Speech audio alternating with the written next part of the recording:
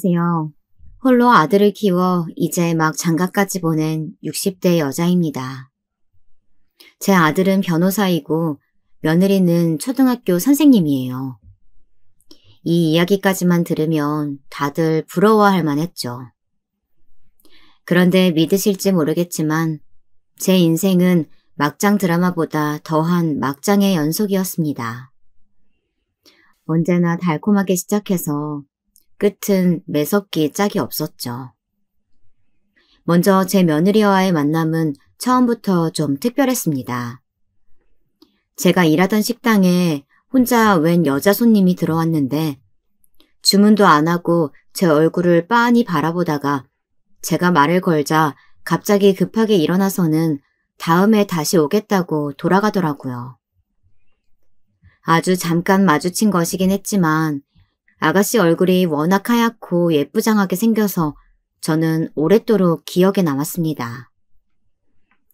그렇게 몇 년이 흘렀나요? 아들이 여자친구를 집에 데리고 왔는데 글쎄 식당에서 봤던 바로 그 아가씨를 데리고 왔더라고요. 저는 너무 신기해서 내가 당시에 일하던 식당 위치와 이름을 대며 가게에 온 적 있지 않냐고 물었더니 아가씨는 오래돼서 기억이 안 난다고 하더라고요. 물론 시일이 꽤 됐으니 그럴 수도 있었죠. 하지만 저는 워낙 인상에 남아서 분명하게 기억하고 있었어요. 우리가 이렇게 인연이 되려고 그랬나 봐요. 그날 내가 있던 식당에 웬 아가씨가 들어왔는데 너무 예쁘고 분위기 있어 보여서 내가 인상에 남았었거든. 정말 신기하다. 제가 어머니 안목을 닮았나 봐요. 사람 보는 눈이 똑같네. 저도 소연이 보자마자 한눈에 반했거든요. 저는 아무래도 제 아들과 여자친구가 인연이다 싶어 감회가 새로웠습니다. 그리고 무엇보다 제 아들이 여자친구를 바라보는 눈빛에서 아주 꿀이 뚝뚝 떨어지더라고요. 아들이 행복해하는 모습을 보니 저도 마음이 뭉클하고 너무 좋았습니다. 특히나 제 아들에게 가족이 되어줄 여자가 생겼다는 게 다행이라고 생각했어요. 제 아들은 박복한 제 인생 때문에 평생 외롭게 자랐거든요. 저는 어릴 때 부모에게 버려져서 할머니의 손에 키워졌습니다.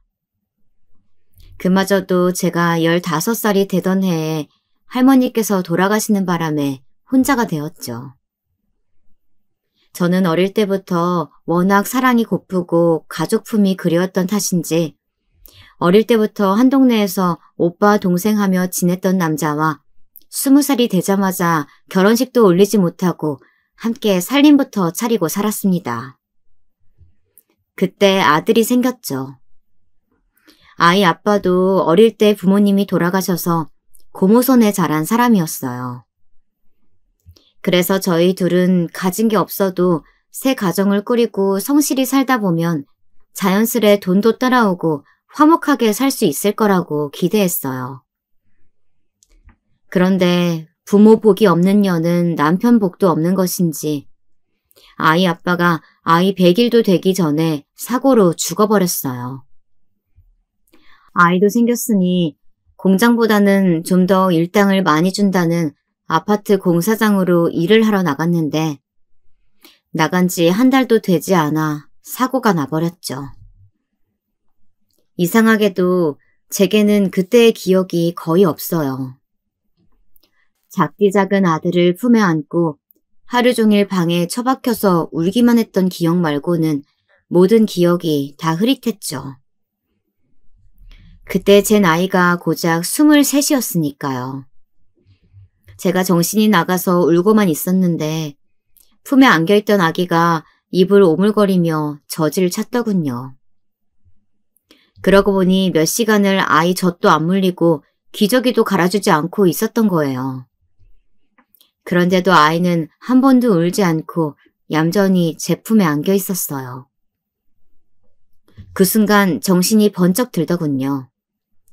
그리고 저는 아이 젖을 물리고 머릿속으로 수만 가지의 생각을 했습니다. 앞으로 어떻게 살아야 할지 말이죠. 그러고는 곧바로 움직였어요. 아파트 시공사에서 준 남편 보험금을 받아 이곳저곳 발품을 팔아 식당 자리를 찾아다녔어요. 그래도 남편과 살던 월세집까지 빼고 나니 근처 공사장에 작은 식당 자리가 하나 눈에 띄더군요. 보통 흔히들 말하는 한밭집이었죠. 그렇게 저는 그 자리에서만 5년 넘게 식당을 했습니다. 20대의 새파랗게 젊은 과부가 남자들만 득실거리고 먼지 풀풀 날리는 공사판에서 갓난아기까지 데리고 혼자 장사를 했으니 물론 말도 못하게 별의별 일이 많았습니다. 아이고, 젊은 여자가 겁도 없이 공사판에서 장사를 다 하고 대단하네. 하긴 그 배 보니까 애비 없이 자식도 숨풍 나왔겠지만. 아이, 무슨 그런 말을 해. 근데 아기 엄마, 혼자 밤에 무섭지 않아? 내가 밤에 와서 보초라도 좀 사줄까? 하루가 멀다 하고 대낮부터 술을 먹고 더러운 말들로 저를 농락하는 남자들에 그것도 모자라서 돈 떼먹고 도망간 사람들도 많았어요. 그래서 동네의 파출소 순경들과도 친구 먹을 정도로 자주 보고 살았습니다. 그래도 그런 일들까지 다 견디며 악착같이 일한 덕분에 돈은 금방 모아 식당 근처에 작은 방도 하나 얻었어요. 그전까지는 식당에 딸린 작은 창고방에 아들과 둘이 살았거든요. 그렇게 집도 한 칸 생기고 아들도 좀 자라니 그제야 숨이 좀 쉬어지는 것 같았습니다. 그래서였을까요? 숨통이 좀 트이자마자 금방 딴 생각이 들더군요. 공사장을 드나들며 작은 임대 사업을 하던 남자가 있었는데 사람들 말로는 어릴 때부터 성실히 일해 자수성가해서 사업체도 꽤 크고 인물도 좋은 총각이라고 하더라고요. 그 남자도 가게에 워낙 단골이라 자주 식당에 왔었는데 제가 해준 반찬도 너무 좋아하고 제게 이런저런 고민까지도 이야기할 정도로 가까웠어요. 평소 가게에 오는 남자 손님들과는 여러모로 달라서 저도 금방 마음을 열고 친하게 지냈죠. 정말 대단해요. 도와주는 사람 하나 없이 혼자 아이만 키워도 힘든데 아들도 똑똑하게 잘 키워내고 가게도 이렇게 씩씩하게 잘 해나가니까요. 에이, 사람이 다 닥치면 하게 되어 있어요. 내가 낳은 내 자식인데 당연히 평생 책임지는 게 당연하죠. 언제나 가게에 올 때마다 제게 힘이 되는 말들도 많이 해주고 응원도 많이 해줬어요. 그리고 원래도 아이들을 좋아한다면서 저희 아들 과자도 사다 주고 많이 예뻐해 주더라고요. 그런데 하루는 식당 쉬는 날이 언제냐고 물어보더니 아들이랑 매일 식당에만 있는 것 같다면서 하루 날 잡아 같이 교회로 놀러 가자고 하더라고요. 저는 안 그래도 식당 일 때문에 바빠서 애 데리고 꽃 구경 한번 못 가봤다고 했습니다. 그렇게 쉬는 날이면 한 번씩 교회로 함께 놀러 가기도 하고 백화점에 가서 저와 아들 옷도 사주고는 했어요. 저는 한편으로는 멀끔한 총각이 뭐가 모자라서 저 같은 사람한테 이렇게 잘해주겠나 싶은 마음에 애써 기대하지 않으려고 했습니다. 하지만 함께하는 시간이 많아질수록 자꾸만 마음이 가고 혹시나 하는 마음이 자꾸만 생겼습니다. 그런데 남자도 저와 같은 마음이었다고 고백을 하더라고요. 난 당신이랑 당신 아들이랑 함께 있으면 진짜 가족이 생긴 것 같고 마음이 너무 편해. 내가 당신에 비하면 많이 부족한 사람이지만 당신 아들의 좋은 아버지가 되어주고 싶어. 이보다 더 훌륭한 고백이 어디 있을까요? 저는 제 인생에도 이제 봄날이 오나 싶었습니다. 남자는 저와 함께 지내고 싶다면서 식당 근처에 남자가 가지고 있던 아파트에서 셋이 함께 살자고 했습니다. 총각인데다가 돈까지 많은 남자가 저처럼 아무것도 없고 아들까지 딸린 여자가 뭐가 좋을까 싶었지만 그래도 지금까지 지켜봐온 세월이 있었으니 이 남자를 한번 믿어보자 싶었습니다. 그런데 남자는 정말 저와 아들에게 잘했어요. 그렇게 세월이 지나 우리가 가족이 된 지도 3년 가까이 되었죠. 저는 여전히 가게를 하고 있었고 남편은 여기저기 지방으로 외국으로 출장을 다니느라 한 달에 절반 정도 집에 들어왔지만 저희는 그래도 화목하게 잘 지내고 있었습니다. 그런데 제가 전생에 도대체 뭘 얼마나 잘못한 걸까요? 왜 항상 제게만 이런 일들이 생기는 건지 모르겠습니다. 역시나 제 행복은 또 오래가질 못했어요. 아들이 입학할 때가 되어서 입학 통지서가 집으로 왔는데 이상하게도 보호자 이름이 여전히 제 이름으로 되어 있더라고요. 아들의 성도 아직 전 남편의 성이었고요. 분명 지금 남편이 구청에 가서 혼인신고도 했고 아들도 자신의 호적에 입적시켰다고 했는데 이상한 일이었습니다. 저는 뭔가 착오가 있는 것 같아서 곧바로 동사무소에 가서 등본과 가족관계 증명서를 뗐습니다. 그런데 믿을 수 없는 일이 벌어져 있더라고요. 서류상은 예전 그대로였습니다. 제 등본엔 아들과 저 둘뿐이었죠. 남편의 이름은 어디에도 없었어요. 저는 남편의 등본을 떼고 싶어도 가족이 아니니 확인조차 할 수가 없었습니다. 저는 너무 혼란스러웠습니다. 그래서 곧바로 남편 사무실에 전화를 걸었어요. 어떻게 된 일인지 지금 당장 알아야 했으니까요. 여보, 내가 지금은 일 때문에 너무 바쁘니까 이따 집으로 가서 다 설명할게. 그냥 전화로 얘기해도 되잖아. 등본에 내가 당신하고 왜 가족이 아닌 걸로 나오냐니까? 왜 아직도 나랑 아들 둘뿐이냐고. 남편은 순간 너무 당황하더군요. 순간 쎄한 느낌이 들었습니다. 그리고 촉이 왔죠. 이 남자가 날 속였구나. 저는 아무리 생각해도 믿을 수가 없었습니다. 도대체 왜 남편이 저를 속인 건지 아무리 생각해도 답이 떠오르질 않았거든요. 그런데 그날 밤 집에 돌아온 남편은 상상도 하지 못했던 이야기를 제게 했습니다. 남편은 저와 혼인신고를 하지 않았다네요. 아니, 혼인신고를 할 수 없었던 거죠. 이미 다른 사람과 혼인신고를 한 상태였으니까요. 제가 제 남편이라고 생각하며 3년 동안이나 함께 살았던 사람이 다름 아닌 유부남이었습니다. 처음 만났던 바로 그 순간부터 말이죠. 저처럼 흠이 있는 여자를 보듬어주고 사랑해준 남편을 저는 믿었습니다. 사랑했어요. 그런데 그날 제 손에 쥐어진 등본과 가족증명서 그 몇 장의 종이가 제 마음을 산산이 무너지게 만들더군요. 미안해 여보. 처음부터 속이려던 건 아니었어. 어떻게든 이혼하려고 했는데 그 여자한테서 아이가 생겨서 도저히 헤어질 수가 없었어. 아이? 아이가 있다고? 우리 아들 말고 당신한테 다른 자식이 있다는 거야?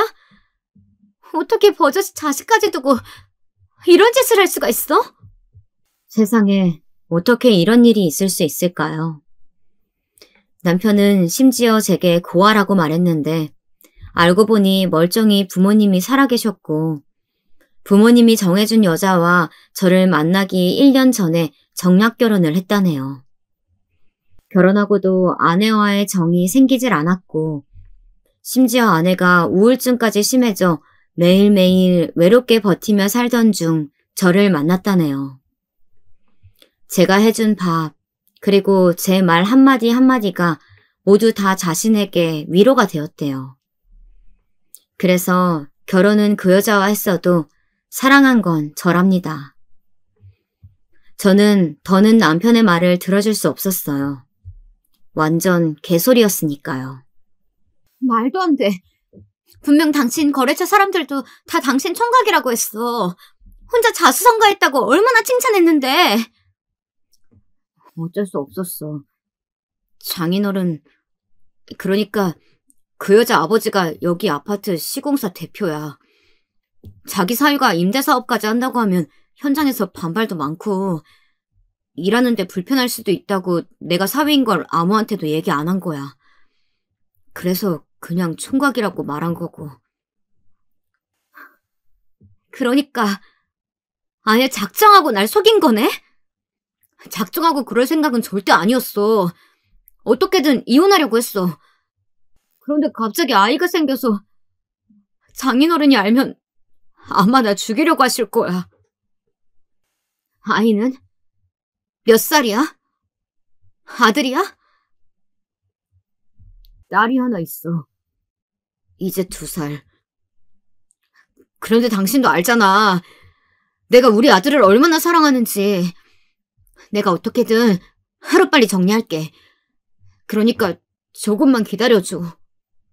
제가 알던 인간이 아니었습니다. 완전 다른 인간이었어요. 지금까지 저를 속이고 제 아들을 속이고 얼굴도 이름도 모르는 저 남자의 아내와 딸아이까지 속인 것이었죠. 저는 정말이지 무서웠습니다. 제가 행복하다고 착각하며 살았던 3년 동안 사실은 한 가정을 무너뜨리고 있었던 거예요. 아무리 제가 몰랐다고는 해도 현실은 서류상 진짜 부인은 그 여자였고 저는 그냥 동거인도 아닌 내연녀였으니까요. 저는 모든 걸 다 알아버렸으니 한순간도 그 집에서 살 수가 없었습니다. 그래서 곧바로 식당을 내놓고 아들을 데리고 서울로 도망치듯 와버렸습니다. 그 남자에게는 일절 연락도 편지 한 통도 남기지 않았어요. 주변 누구에게도 제가 어디로 가는지에 대해 말하지 않고 말 그대로 야반도주를 했습니다.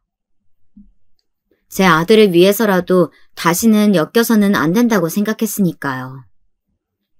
아들은 서울에 올라와서도 계속 아버지를 찾았지만 저는 아버지가 죽었다고 했어요. 아들은 몇 날 며칠을 울었습니다. 이제 학교에 갈 정도로 자랐으니 진실을 말해줄 수도 있었지만 아들이 진짜 아버지로 따랐던 사람이 그런 개쓰레기였다는 사실을 말해줄 수는 없었죠. 그렇게 제 박복했던 과거를 버리고 서울에서 저는 아들과 새 출발을 했습니다. 학교가 많은 동네에 작은 분식집을 차리고 남은 돈으로 근처에 작은 월세방을 얻었어요. 거기서 아들을 중고등학교까지 다 보내면서 10년 넘게 분식집을 했죠. 정신없이 아들을 키우며 살다 보니 시간이 훌쩍 흘렀어요. 그래도 저는 자식복 하나만큼은 있었습니다. 제 아들은 타고난 머리도 좋은데다가 성실하기까지 해서 공부를 무척이나 잘했어요. 고3 수능 보기 직전에 담임 선생님과 상담을 했는데 담임 선생님 말씀이 제 아들이 법대에 가고 싶어 하는 것 같은데 우선적으로는 등록금이 저렴한 국립대를 생각하는 것 같다고 하더라고요. 어렸을 때부터 어머님이 항상 힘들게 일하시면서 이런저런 일로 부당한 일 당하시거나 고생하시는 걸 볼 때마다 자신이 어머니를 도와줄 수 있는 사람이 될 수 있었으면 좋겠다고 생각했대요. 저는 지금까지 말로만 아들을 키웠지 정작 아들에 대해서는 아무것도 아는 게 없었나 봅니다. 아들이 그런 생각을 하고 있을 거라고는 생각도 못했죠. 지금부터는 아무 걱정 말고 공부만 해. 네가 대학을 가든 고시를 보든 해줄 수 있는 건 엄마가 다 해줄 테니까. 나 대학 가든 안 가든 상관없어. 더는 엄마 고생 안 시키고 옆에서 엄마 도와주고 싶어. 말도 안 되는 소리. 엄마 돈 있어. 그러니까 네가 원하는 대로 어려운 사람 많이 도와주는 그런 훌륭한 사람 돼. 꼭! 알았지? 저는 아들이 기가 죽고 위축될까 싶어 더 큰 소리를 쳤습니다. 그리고 다음 날 바로 분식집을 내놨어요. 사실 장사도 항상 고만고만이라 애 학원비는커녕 대학 등록금도 못 버는데 계속 유지해봤자 소용이 없겠더군요. 그래서 가게 보증금은 우선 대학 등록금으로 놔두고 곧바로 일자리부터 구했습니다. 평일에는 건물 청소와 식당 설거지, 서빙을 하루 2탕씩 했고 주말에는 행사장 주방 일을 하면서 짬짬이 가정집 파출부 아르바이트를 했습니다. 물론 체력적으로 지칠 때도 있었지만 충분히 견딜만 했습니다. 다행히 젊을 때부터 어린 아들을 등에 업고 일해온 덕분에 정신력 하나만큼은 대단했거든요. 그리고 아들 얼굴만 생각하면 힘들 게 없었습니다. 제가 일하는 시간만큼 아들도 하루 종일 앉아 공부만 하고 있었으니까요. 그렇게 숨돌림 틈 없이 7, 8년을 살았더니 어느새 제 아들은 어엿한 변호사가 되어 있었습니다. 사법고시를 패스하고 아들이 연수원에 들어가던 날 아들은 갑자기 저를 번쩍 업어주었어요. 그리고는 둘이 서로를 끌어안고 펑펑 울었습니다. 연수원에 출발할 시간이 다 되었는데도 말이죠. 그 눈물이 굳이 말하지 않아도 서로가 서로에게 고생했다. 이제 고생 다 끝났다. 이런 위로와도 같았습니다. 하지만 아들이 변호사가 되었다고 해서 사실 제 인생이 크게 달라지는 것은 아니었습니다.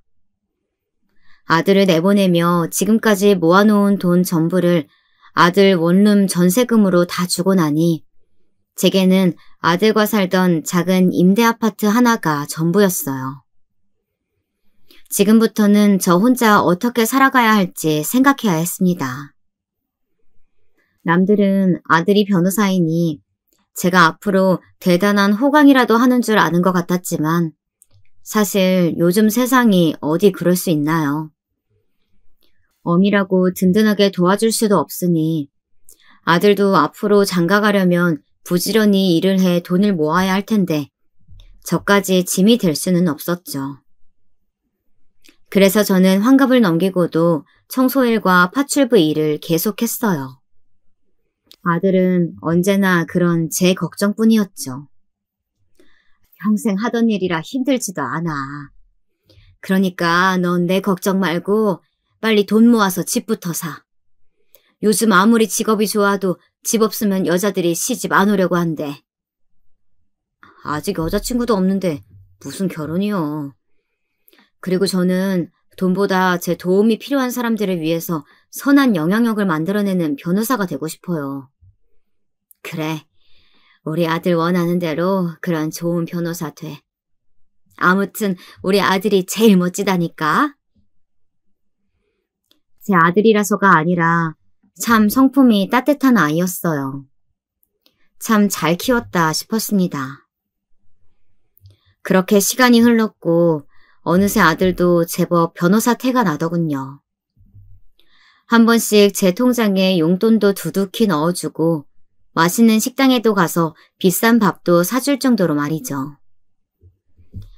그러다 처음에 말한 대로 제가 일하던 식당에서 분명 본 적이 있었던 그 예쁜 아가씨를 여자친구라며 아들이 집에 데려왔더라고요.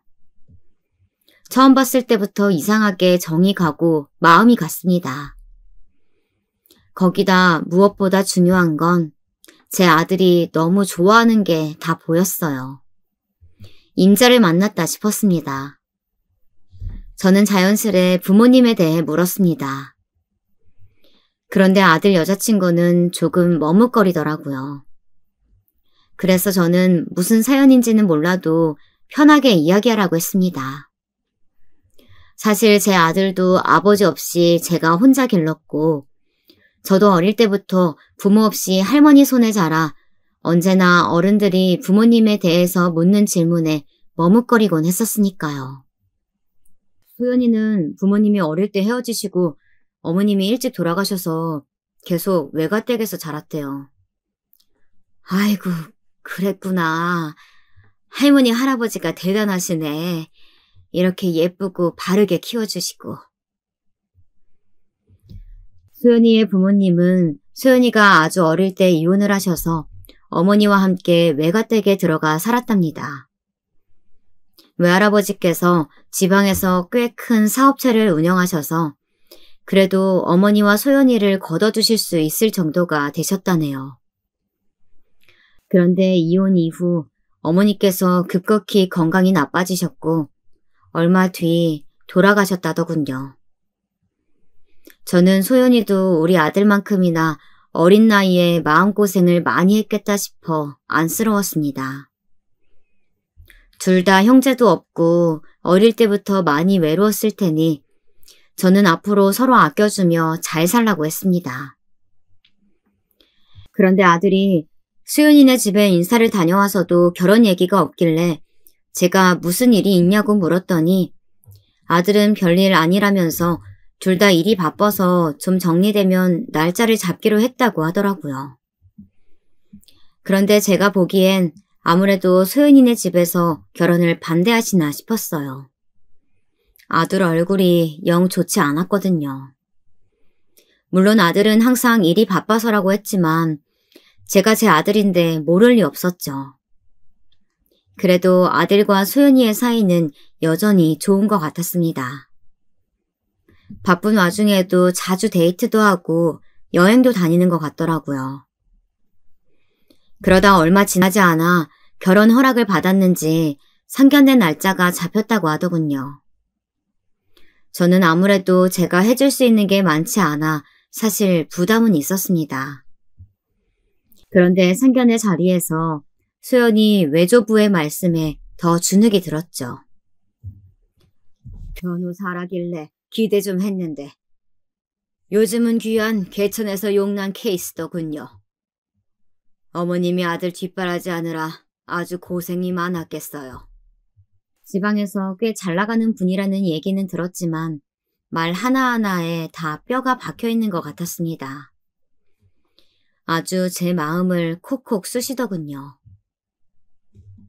남들 다 있는 그 흔한 차 한 대도 없을 테니 집이 있을 리야 당연히 없을 테고 어차피 둘이 좋아 결혼한다는데 괜히 기싸움 하지 마시고 집은 저희 쪽에서 준비하겠습니다.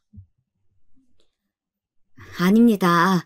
크고 좋은 집은 아니어도 그래도 집은 남자가 준비해야죠. 걱정 마세요. 제가 아들과 상의해서... 아닙니다.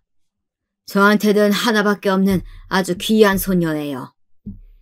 지금까지 큰 집에서만 살았는데 시집가서 고생할 것 같으면 뭐하러 시집을 간답니까? 제가 남는 집이 있어서 드리는 거니 그냥 받으세요. 물론 요즘 세상이야 남녀 구별 없이 여유 있는 집에서 결혼 준비야 더 할 수 있는 거지만 결혼하기도 전부터 저렇게 저와 아들을 무시하는 처가에서 제 아들이 제대로 말이나 한마디 할 수 있을까 싶었습니다. 그런 제 고민을 아들에게 이야기했더니 아들은 자신과 소연이는 결혼으로 거래하는 것이 아니라 정말 사랑해서 함께 가족을 만들고 싶어서 하는 결혼이랍니다. 물론 아들과 소연이의 관계를 저도 모르는 것은 아니었습니다. 제가 너무 해준 게 없으니 속상해서 하는 말이었죠. 어쨌든 우영부영 그렇게 제 아들과 소연이는 결혼식을 올렸고 부부가 되었습니다. 주변에서 아들, 딸들을 시집 장가보낸 지인들이 결혼하면 괜히 더 자식들에게 서운한 게 많아지고 사위나 며느리가 얄밉다고 했을 때는 도대체 그럴 게 뭐 있나. 저들끼리 싸우지 않고 행복하게만 살아주면 부모로서 그것만으로도 고맙지 않을까 싶었습니다. 그런데 저도 평범한 시어머니였나 봅니다. 막상 아들이 장가가고 나니 그전에도 각자 따로 살았던 것은 똑같은데 왠지 더 아들이 제게 전화도 안 하는 것 같고 관심도 없는 것 같아서 서운한 감정이 생기더라고요. 주말인데 오늘 뭐하니? 시간 괜찮으면 저녁에 잠깐 들릴래? 내가 너 좋아하는 반찬들 좀 해놨는데. 아니요. 회사는 아니고요. 오늘 할아버님 회사에 일이 좀 생겨서 잠깐 소연이 외가댁에 와 있어요. 오늘은 못 갈 것 같아요. 지난주에 전화했을 때도 외가댁이라고 하지 않았어? 혹시 어른들께 무슨 일 있는 건 아니지? 어머니가 걱정하실 일은 아니고요. 회사 일이죠, 뭐. 제가 지금은 좀 바빠서 반찬은 다음에 가지러 갈게요. 아들 며느리 둘 다 평일에는 출근하느라 바쁘니 주말에나 잠깐 얼굴이라도 볼 수 있을까 싶어 전화하면 언제나 아들은 소연이네 외가댁에 가 있는 것 같았습니다. 사실 제가 걱정했던 부분이 이런 것들이었어요. 워낙 소연이네 외가댁에서 경제적으로 도움받은 것이 많다 보니 이런저런 일로 끌려다닐 일이 많겠다 싶었죠. 저는 그래도 제가 어미이고 제 아들 일이니 걱정되는 마음에 결혼하고 처음으로 소연이에게 전화를 걸었습니다. 결혼 준비할 때도 겪어보니 애가 제가 기대했던 것처럼 싹싹한 아이는 아니더군요. 생각보다 좀 무뚝뚝했어요. 그래도 결혼하고 한 가족이 되면 좀 다를 줄 알았는데 결혼하고 나서도 한 번 집에 놀러 오거나 안부 전화를 한 적도 없었죠. 거기다가 결혼 이후 처음 걸려온 시어머니의 전화에 소연이는 대뜸 무슨 일이시냐고 묻더라고요. 순간 저도 모르게 기분이 좀 상했습니다. 요즘 젊은 사람들이야 워낙 예전 며느리들처럼 매일 문안 인사나 안부 전화하는 시대는 아니라고 해도 시어머니와 통화를 하면 아무리 궁금한 게 없고 할 말이 없어도 식사는 하셨는지 별일 없으셨는지 묻는 게 순서 아닌가요? 가족끼리 꼭 일이 있어야 전화하니? 그리고 아무리 바빠도 시어머니가 혼자 사는데 한 번씩 전화는 해야지. 어쩜 그렇게 통 소식이 없어. 제가 요즘 새학기라 일이 많아서 정신이 없었어요. 그래, 너도 일하랴 살림하랴 바쁘지? 나는 다름이 아니라 애가 요즘 회사 일로 통 바쁜 것 같은데 쉬는 날만이라도 좀 쉬어야지. 주말에도 맨날 뭐가 그렇게 바쁜지 통 집에 없더라고. 어머니, 혹시 오빠가 저번에 저희 할아버지 댁에 가 있느라 반찬 가지러 못 가서 서운해서 그러세요? 제 딴에는 아들이 걱정돼서 한 얘기였는데 소연이는 듣기 불편했는지 단번에 목소리가 달라지더군요. 서운해서 그런 게 아니라 애가 매일 바쁘게 일하는데 너무 쉬질 못하니까 걱정돼서 그러지. 걱정 마세요. 오빠도 힘들고 무리면 당연히 안 가죠. 그리고 저희 외가댁에 일하러 가는 것도 아니고 오빠도 아버지가 안 계셔서 그런지 저희 외할아버지랑 바둑도 같이 두고 골프도 같이 다니는 게 재밌나 봐요. 이젠 제가 없어도 혼자 가는데요, 뭘. 이야기를 듣고 보니 아들도 소연이네 어른들께 잘하고 싶은 마음에 부단히도 노력 중인가 싶어서 더 안쓰럽더군요. 그래서 저는 알겠다고 하고 그냥 전화를 끊었습니다. 마음은 씁쓸했지만 어쩌겠어요. 아들이 선택한 인생이니 저는 그냥 지켜봐 주는 거 말고는 해줄 수 있는 게 없었죠. 그런데 그 씁쓸함은 금세 제게 상처로 다가왔습니다. 다음날 파출부 일을 나가 한참 반찬을 만들고 있는데 아들에게 전화가 왔더라고요. 저는 기쁜 마음으로 전화를 받았죠. 그런데 아들은 다짜고짜 제게 화를 내더군요. 다른 모자지간들은 어떨지 몰라도 저와 아들 사이에는 난생 처음 있는 일이었습니다. 아들은 제게 소연이한테 전화해서 도대체 뭐라고 한 거냐고 따져 물었죠. 내가 소연이한테 무슨 말을 했냐니? 왜 소연이가 내가 저더러 뭐라고 했대? 며느리가 돼서 안부 전화도 안 하고 저 쉬는 날 왜 못 쉬게 외가댁까지 가서 고생시키냐고 하셨다면서요? 그래, 그렇게 말했어. 근데 맞잖아. 소연이네 집에서 자기네가 돈 좀 있다고 너 부려먹는 거잖아. 저도 지금까지 아들한테 쌓여있던 서운한 마음이 폭발해서 괜히 안 해도 될 말까지 해버리고 말았습니다. 세상에 공짜가 어디 있어요. 당연히 받은 만큼 해야죠. 어머니 부담스러울까봐 말 안 했는데 이번에 새로 들어간 로펌도 수연이 외할아버지가 소개시켜준 거예요. 제가 할아버님이 회사 일 봐드리는 조건으로요. 그것 봐라. 그 노인네가 처음 봤을 때부터 보통이 아니더라니. 너 이용해서 자기 이득 차리려는 거잖아. 그게 뭐 어때서요? 제가 잘 살면 어머니도 좋으시잖아요. 아무튼 앞으로 소연이한테 전화하지 마세요. 뭐? 너 처가가 좀 잘 산다고 이제 아예 처가에 말뚝이라도 박은 거야? 시어미더러 며느리한테 전화도 하지 말라니. 그런 막말이 어디 있어. 어머니는 절대 다른 시어머니들처럼 안 한다면서요. 근데 막상 며느리 보니까 마음이 달라지세요? 저 소연이 없이는 못 살아요.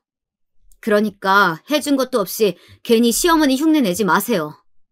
저는 제 아들이 맞나 싶었습니다.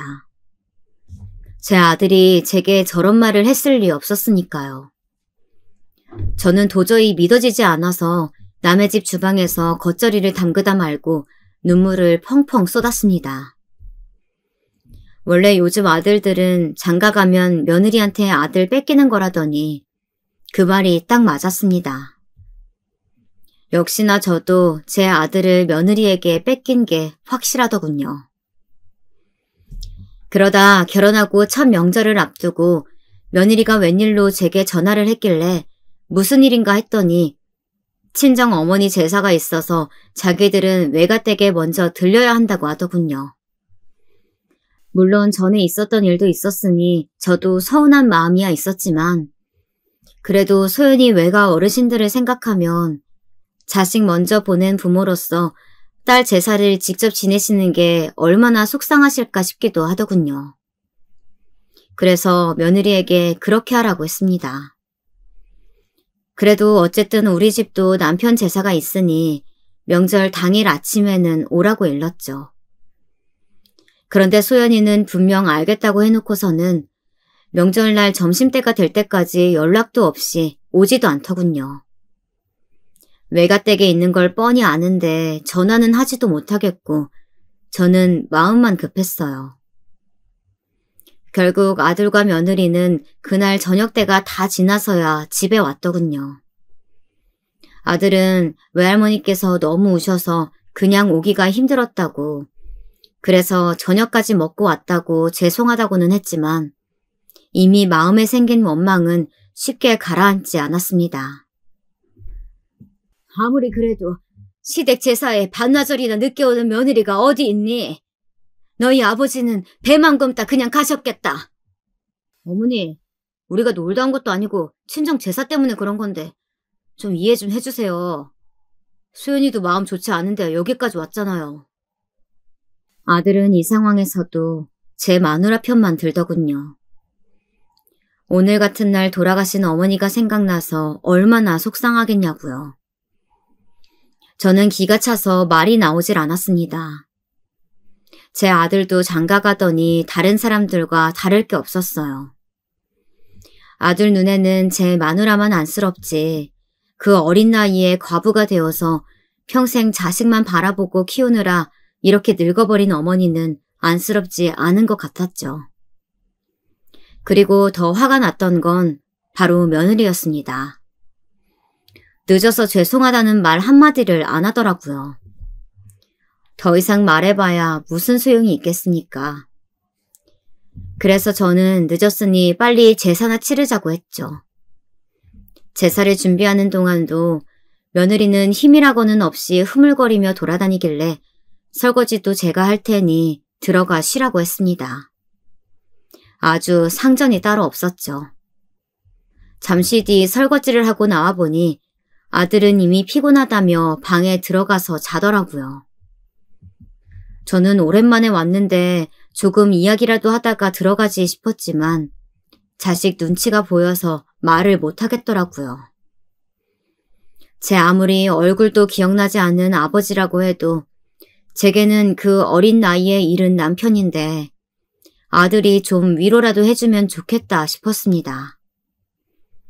그런데 그런 마음이 얼굴에 드러났는지 웬일로 며느리가 제 곁에 와 앉더라고요. 그러더니 이런저런 옛날 일들을 물어봤습니다. 오빠 태어나고 아버님이 바로 돌아가셨다고 들었는데 어떻게 그렇게 오랫동안 혼자 사셨어요? 저는 며느리가 말은 안 해도 아무래도 제사에 늦게 온 것이 마음이 쓰여서 그런가 보다 했어요. 그래도 같은 여자라 그런지 제 마음 알아주는 건 아들보다 며느리가 낫다 싶었습니다. 오빠한테 들으니까 계속 고향에서 식당 하셨다고 하던데 갑자기 어떻게 서울로 올라오실 생각을 하셨어요? 혼자 어린 아들 데리고 올라오기 힘드셨을 텐데. 내가 우리 아들의 진작 알아본 거지. 머리가 얼마나 좋은지 한글을 혼자 뗐다니까? 그래서 내가 해줄 수 있는 거라고는 없으니 공부라도 서울에서 시키자 싶어서 학교 들어가기 전에 바로 올라왔지. 저는 소윤이에게 거짓말을 했습니다. 안 그래도 저희 집안이 사돈댁보다 떨어져도 한참 떨어지는데 제 인생에서 가장 지우고 싶었던 그 일까지 굳이 며느리에게 말할 필요는 없다고 생각했으니까요. 그래요? 저는 멀쩡히 고향 놔두시고 갑자기 아무 연고지도 없는 서울에 올라오셨다길래 꼭 그럴 만한 사연이 있었나 했어요. 그런데 뜬금없이 수연이는 제가 서울에 왜 올라왔는지를 궁금해하더라고요. 혹시 아들에게 무슨 이야기라도 들어서 저를 떠보는 건가 싶기도 했지만 뭘 들었다고 해도 아들이 알고 있는 대로 남편 죽고 나서 만난 남자가 있긴 했는데 일찌감치 죽었다고 말하면 그만이었습니다. 그런데 그렇게 시간이 흐르고 얼마 지나지 않아 말도 안 되는 일이 일어났습니다. 그날도 저는 남의 집에서 반찬을 만들고 있었어요. 그런데 거실에 틀어놓은 뉴스에 제 아들 얼굴이 대문짝만하게 나오는 것이었습니다. 믿기지 않아서 텔레비전 앞으로 달려가 다시 화면을 똑바로 바라보았는데 제 아들이 맞더라고요. 그것도 요즘에 우리나라 사람이라면 다들 손가락질하고 욕을 하는 갑질 사업가의 담당 변호사로서 말이죠. 저는 믿기지 않았습니다. 제 아들이 변호사가 되려고 했던 건 우리만큼이나 힘들게 살고 억울한 일에 휘말린 사람들을 위해 일하기 위해서라고 했는데 아무리 일이고 돈이 좋다고 해도 저건 아니다 싶었습니다. 분명 저 일은 아들이 원해서 하는 일이 아니라는 걸 어미의 촉으로 알 수 있었죠. 그래서 아들에게 전화해 바쁘지 않으면 꼭 한번 집에 들르라고 했습니다. 그런데 며칠째 아들은 깜깜무소식이더니만 며칠이 지나서야 제 생일이라고 며느리가 잠깐 집에 들렀더라고요. 아들은 역시나 일이 바쁘다며 못 왔고요. 저는 얼마 전에 뉴스에서 아들을 본 일에 대해 슬그머니 수연이에게 물었습니다.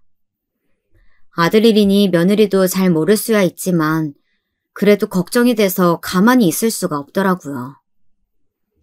그런데 며느리는 제가 걱정돼서 물은 거라고는 생각도 안 하고 단순히 아들이 텔레비전에 나올 만큼 큰 사건을 맡았다는 것이 대단한 것처럼 이야기했어요. 사실 어머니께만 말씀드리는 건데요.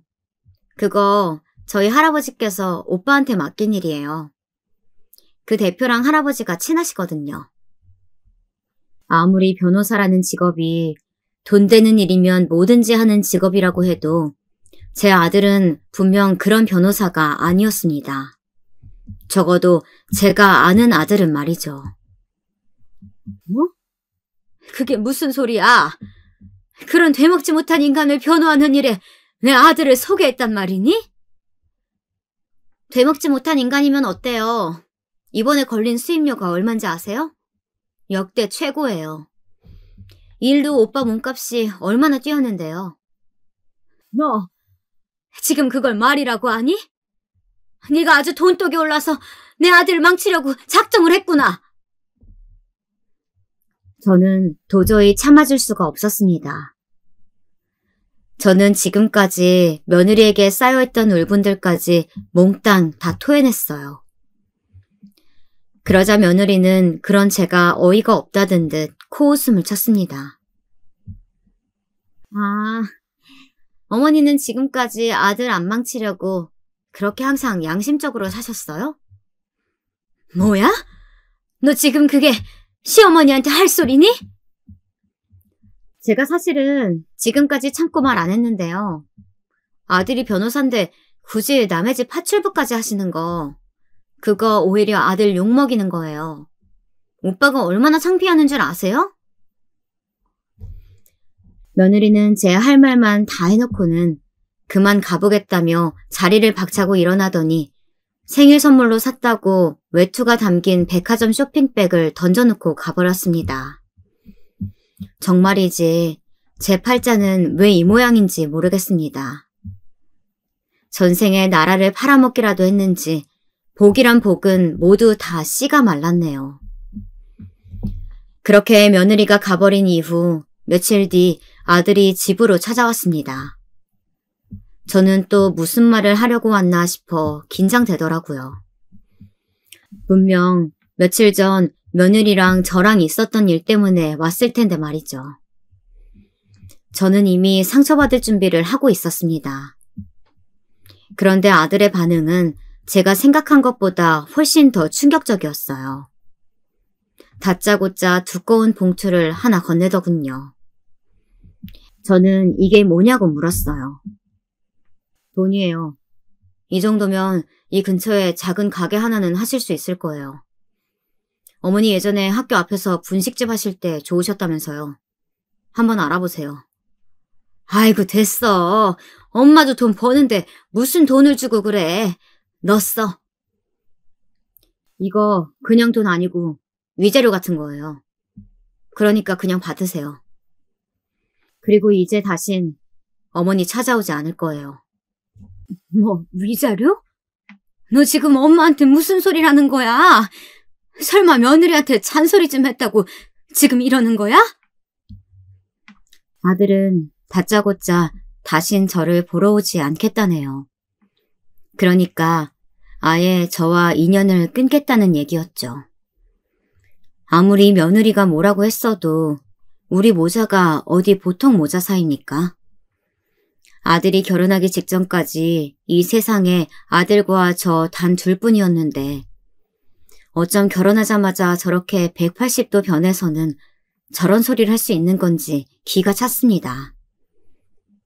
그런데 바로 조금 전까지 차분했던 아들이 갑자기 어깨를 들썩거리며 눈물을 꾹 참는 것 같았습니다. 나도 변호사만 되면 금방 엄마 호강도 시켜주고 사람들 앞에서 떵떵거리며 살 줄 알았어요. 근데 막상 변호사가 돼도 달라지는 게 하나도 없어요. 다 윗배 있고 집안 빵빵한 애들이 그 연출로 다 출세하는 거더라고요. 제 아들 녀석은 지금까지 힘들고 서글픈 마음을 얼마나 꾹꾹 누르며 살았는지 아주 펑펑 울며 울분을 토해내더군요. 그런데 소연이랑 있으면 달랐어요.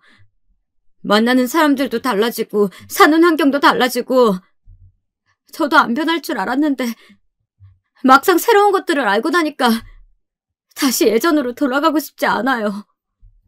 아들의 말에 저는 말문이 막혀버렸습니다. 아들 말이 하나도 틀린 게 없었으니까요. 저야말로 어릴 때부터 없이 살아서 겪는 서름이란 서름은 다 당하고 컸는데 왜 제가 몰랐을까요? 제가 그러고 살았으니 아들만은 저와 다르게 살길 바랬는데 아들이 펑펑 우는 모습을 보니 마음이 찢어지더군요.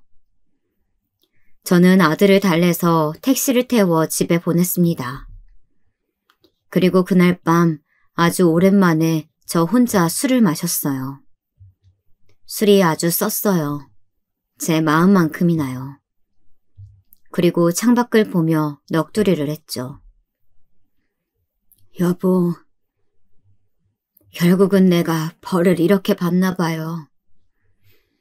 아무리 몰랐다고는 해도 남의 가정 파탄낸 게 엄연히 큰 죄인데 평생 모르는 척하고 살았어도 하늘은 아무래도 그냥 넘어갈 순 없었겠다 싶었나 봐요.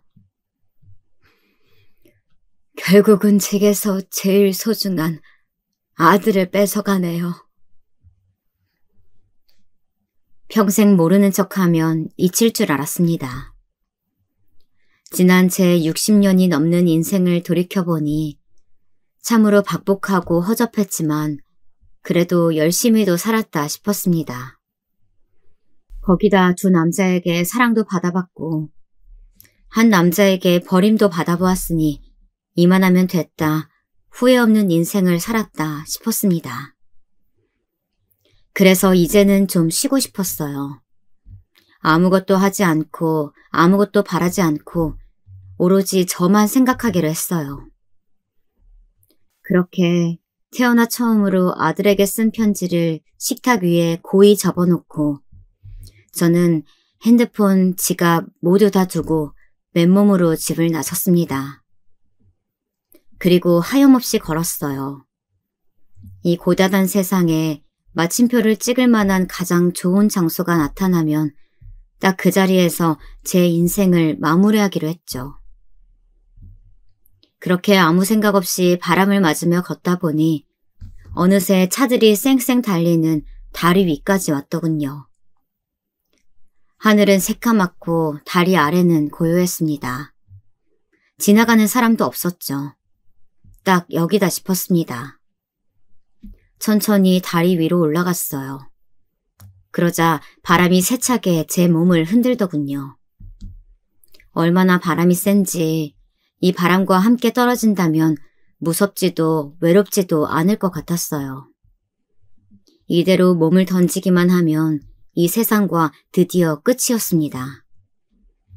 제 마음속으로 작은 기도를 드렸어요. 제만은 제가 이렇게 사라져 드릴 테니 이제 제가 없는 세상에서 우리 아들만큼은 헐헐 살아가게 해달라고요. 그 아이에게는 아무 잘못도 없으니까 말이죠. 그런데 그때였습니다. 아주머니 괜찮으세요? 빠르게 지나가던 차들 사이로 갑자기 경찰차 한 대가 멈춰서더니 안에서 내린 경찰들이 제게 다가오더군요. 저는 잔뜩 당황한 얼굴로 그대로 경찰들을 따라 가까운 파출소로 갔습니다. 그리고 그곳에서 생각지도 못한 얼굴들과 마주했어요. 다름 아닌 아들과 며느리가 파출소에 와 있었습니다. 어머니, 어디 계셨어요? 괜찮으세요? 아니, 너희가 여길 어떻게 와 있어?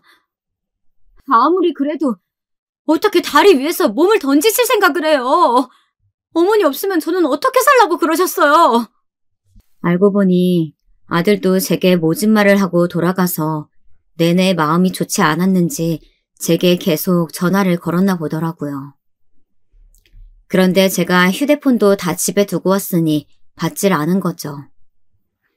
그래서 걱정이 된 아들이 집에 다시 왔다가 식탁 위에 올려둔 제 휴대폰과 편지를 보고 놀라서 경찰에 신고한 것이었습니다. 경찰은 곧바로 동네 CCTV 영상이란 영상은 다 확인해 제 동선을 확인하고 다리 위까지 따라온 것이었습니다. 아들은 저를 보자마자 와락 부둥켜 앉더니 도대체 왜 사실대로 말하지 않았냐며 울음을 터뜨리더군요. 아무래도 제가 써놓은 편지 내용을 말하는 것 같았어요. 저는 제 편지에 남편과 함께 산 세월이 2년도 안 됐지만 제 인생에서 그 2년이 가장 행복했다고 적었습니다. 제 아들을 만났던 바로 그 순간이 너무 행복해서 절대 잊을 수 없었으니까요. 그리고 두 번째 남편에 대해서도 적어두었습니다. 아들에게 죽었다고 말했지만 사실 죽지 않았고 살아있다고요. 그 남자가 제게 유부남임을 속였기 때문에 저는 그 사실을 알자마자 도저히 그곳에서는 살 수 없어 서울로 도망쳐 온 것이라고 말이죠. 때론 없어도 너무 없어서 아들 학교 급식비도 내기 힘들 정도로 힘든 순간도 있었는데 그때 제가 양심을 저버리고 그 남자의 첩자리라도 지켜내서 아들을 키워냈다면 오히려 아들에게는 그것이 지금보다 더 낫지 않았을까 라는 생각까지도 수도 없이 해왔다고 솔직하게 적었습니다. 제가 이렇게 못난 사람이라 아들에게는 절대 도움이 될 만한 어미가 아니니 제가 세상을 떠나도 절대 슬퍼하지 말고 행복하게 살라고 했어요. 그런데 그때였습니다. 생각지도 못한 일이 제 앞에서 벌어지고야 말았어요. 뜬금없이 제 며느리 소윤이가 갑자기 차디찬 파출소 바닥에 무릎을 꿇고 앉아 눈물을 펑펑 쏟더군요. 어머니, 제가 너무 잘못했어요. 이거 다 저 때문이에요. 죄송해요. 제가 사실을 잘 알지도 못하면서 어머니 탓하고 이렇게 큰 잘못까지 저질렀어요. 아니, 소연아, 그게 무슨 소리야. 지난 일 때문에 그러는 거면 난 괜찮아. 내가 늙어서 너한테 괜한 말까지 하고 이런 큰 사고 쳐서 너희에게 또 폐를 끼쳤구나. 미안하다. 그런 게 아니에요. 사실은 제가 어머님을 불행하게 만든 바로 그 남자의 딸이에요. 뭐? 누구? 네가 누구 딸인데? 어머니, 수연이가 새아버지, 그러니까 어머니를 속인 그 유부남의 친딸이에요. 저도 안 지 얼마 안 됐어요. 남편도 없이 30년을 아들 하나 바라보며 살다 보니 산전수전에 공준전까지 웬만한 막장은 다 겪으며 살아왔다 자부했는데 제가 인생을 얕잡아 봤나 봅니다. 막장에는 끝이 없더군요. 제 인생은 말년까지도 아주 별의별 일이 다 생기다 못해 파란만장 그 자체였습니다. 글쎄, 수연이가 저를 속인 그 나쁜 놈의 딸이었다네요. 제가 아들을 데리고 서울로 올라오고 나서 그 남자는 저를 수소문했지만 결국 찾지 못했고 결국은 다시 자신의 가정으로 돌아가긴 했나 보더라고요. 그런데 세상에는 역시 영원한 비밀이란 없나 봅니다. 저와 아들 그리고 그 남자 함께 찍은 사진을 아내에게 들켰고 결국은 아내가 있는 상태로 바람을 폈다는 사실을 걸려 이실직고 했다네요. 그 이후로 결국 두 사람은 이혼했대요. 그런데 아무래도 제가 유부남임을 모르고 함께 살았다는 것은 남자가 말을 하지 않아서 가족 중 누구도 몰랐답니다. 그래서 그 이후로 소연이의 어머니는 우울증이 더 심각한 상황에 이르렀고 계속 힘들어하다 스스로 목숨을 끊고 말았다네요. 그 충격으로 소연이와 외가 식구들은 큰 충격에 빠졌고 한동안 헤어나오지 못했답니다. 그러다가 소연이가 학교 선생님이 되고 나서 우연히 어머니 수첩에 있던 제 사진을 발견했고 그 사진 한 장으로 저를 수소문하고 다녔대요. 자신의 어머니는 그렇게 비정하게 세상을 떠났는데 제가 어떻게 사는지 너무 궁금해서요. 설마 다시 자신의 아버지와 만나고 있지는 않을까 무서웠대요. 그러다 결국은 식당에서 일하던 저에게까지 찾아온 거였어요. 제가 아무렇지도 않게 사람 좋은 척하며 사는 꼴이 너무 보기 싫었답니다. 피해자인 자신의 어머니는 이미 이 세상에 없는데 말이죠. 그래서 제게 가장 소중한 것을 빼앗고 싶었답니다. 그래서 외할아버지에게 이 일을 부탁했고 제 아들에게까지 접근한 것이었어요. 아무리 그래도 복수를 하겠다고 내 아들한테 접근해서 결혼까지 했다는 거야? 우릴 속이려고? 사실 결혼까지 할 생각은 절대 아니었어요. 원래 계획은 관심 있는 척 접근만 해서 곤란하게 만들어서 변호사 일 못하게 만들 생각이었어요. 그런데 말도 안 되게 소연이는 제 아들을 진심으로 사랑하게 돼버렸답니다. 어느 막장 드라마와 같은 말이죠. 그래서 외할아버지의 반대에도 어떻게든 과거를 잊고 제 아들과 잘 살아보려고 했는데 아무리 저와 마주치지 않고 살아보려고 해도 그게 쉽지 않았답니다. 제 아들이 워낙 효자여서요. 그리고 외할아버지는 자꾸만 제 아들을 망하게 하려고 하셨답니다. 처음엔 사람도 소개해주고 로펌도 소개해주시길래 이제 좀 마음을 여시나 보다 했더니만 그게 다 사실은 할아버지의 큰 그림이었답니다. 수연이도 최근에서야 알았는데 애초에 제 아들을 로펌에 소개한 이유가 뉴스에 나왔던 갑질 대표 건 때문이었습니다.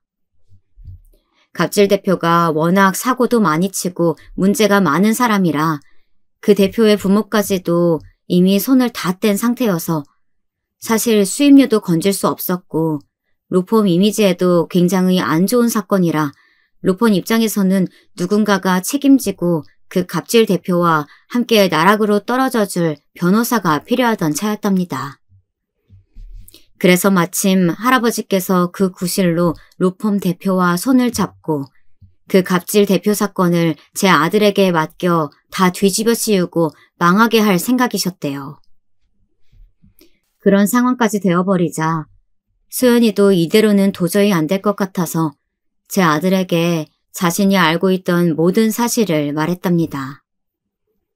아들은 저와 새아버지 사이 진실을 전혀 모르고 있었으니 수연이의 말을 온전히 믿을 수밖에 없었던 거죠.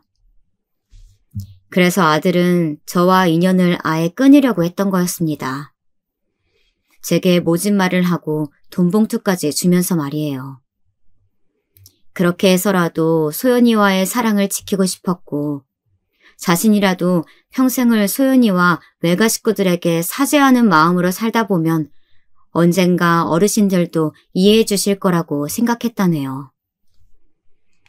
얘기를 들으면 들을수록 수연이도 제 아들도 지금까지 얼마나 힘들었을지를 생각하니 제가 다 너무 미안해서 눈물이 날 것 같았습니다. 그런데 이미 파출소 안은 울음바다가 되어 있었어요. 우리 아들, 이제 보니 아주 울보네 울보야. 사내놈이 툭하면 그렇게 울어서 어떡해. 앞으로 우리 소연이가 고생이 많겠다. 죄송해요, 어머니. 제가 잘못했어요. 엄마, 너무 죄송해요. 앞으로 제가 정말 잘할게요.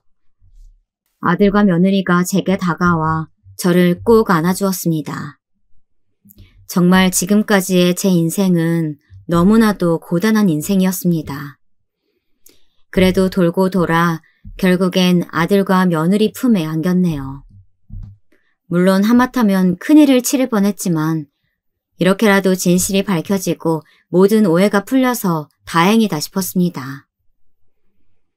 저는 그날 이후부터 새 인생을 사는 것 같았어요. 소연이가 외가댁에 찾아가 사실을 말씀드리고 사과의 말씀을 드렸어요. 제가 의도한 일이 아니라고 해도 그분들은 자식을 잃었으니까요. 소연이의 외할머니, 외할아버지도 저와 제 아들을 붙잡고 한참을 우셨습니다. 그리고 그 남자의 소식도 알려주셨어요. 회사 일로 사기 횡령 혐의로 계속 재판을 받다가 얼마 전에 구치소에 들어갔다네요. 역시 사람은 변하지 않나 봅니다. 그리고 저는 동네 초등학교 앞에 작은 분식집을 차렸어요. 이제 나이가 들어 예전처럼 많은 양을 팔지는 못했지만 그래도 예전처럼 아이들 학교 시간에 맞춰 떡볶이를 끓이고 어묵을 꼬치에 꽂는 일이 좋았습니다. 아들은 원래 가지고 있던 꿈처럼 국선 변호사가 되었어요. 앞으로 변호사 아들 덕분에 호강은 못하겠지만 그래도 활짝 핀 아들 얼굴을 보니 제가 다 행복했습니다. 저의 긴긴 이야기 들어주셔서 너무 감사합니다.